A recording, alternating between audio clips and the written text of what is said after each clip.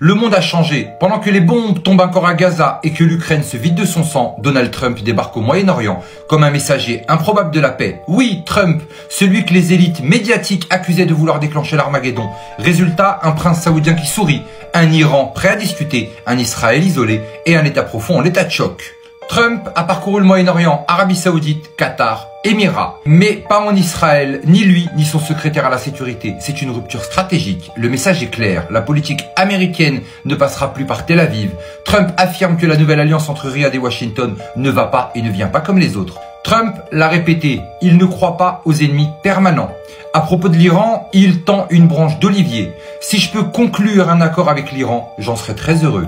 Mais il prévient, s'il rejette cette chance, les États-Unis lanceront une campagne de pression maximale pour empêcher Téhéran de se doter de l'arme nucléaire. C'est la carotte et le bâton. Une méthode qu'il applique aussi en Syrie, où les discussions avec le nouveau président tenues secrètes auraient inclus un plan de stabilisation post-guerre.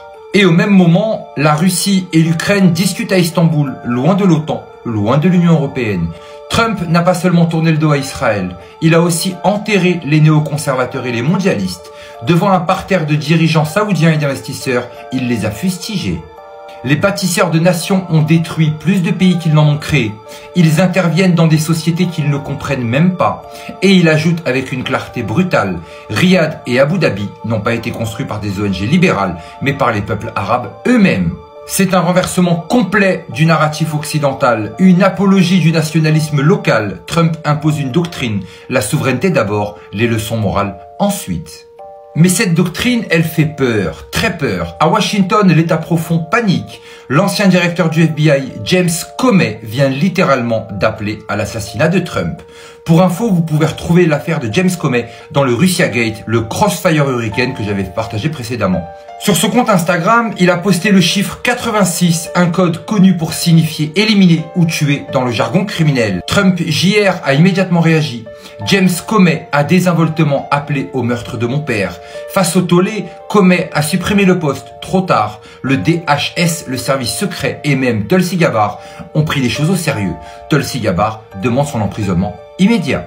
Et là, un détail glaçant. Sa fille, Maureen Comey, est procureure dans l'affaire Epstein. Elle est aujourd'hui sur l'affaire Puff Daddy.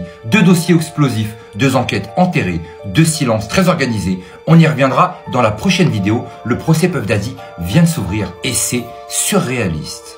Ceux qui disaient que Trump ferait la guerre pour Israël doivent désormais se taire. Il fait tout l'inverse. Il dénonce les faucons à Riyad. Il parle de paix en Syrie. Il tend la main en Iran. Je suis venu offrir à l'Iran une nouvelle voie pour un avenir meilleur. Il ose même dire que la vieille garde interventionniste américaine a échoué et est un désastre.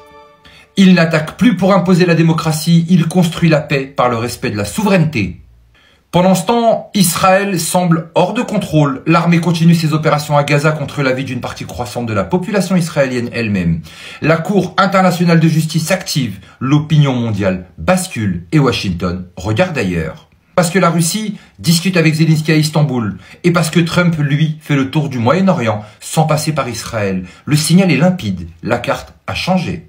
Trump a déclenché un tremblement de terre géopolitique. Il a humilié les néoconservateurs, remis en question l'axe Tel Aviv-Washington, isolé Israël, tendu la main à l'Iran et dénoncé publiquement ceux qui ont ravagé le Moyen-Orient au nom du progrès. Et pendant ce temps, l'État profond montre les dents. Il menace, il tremble, il panique. Parce que Trump risque de faire tomber les derniers masques et peut-être les derniers intouchables.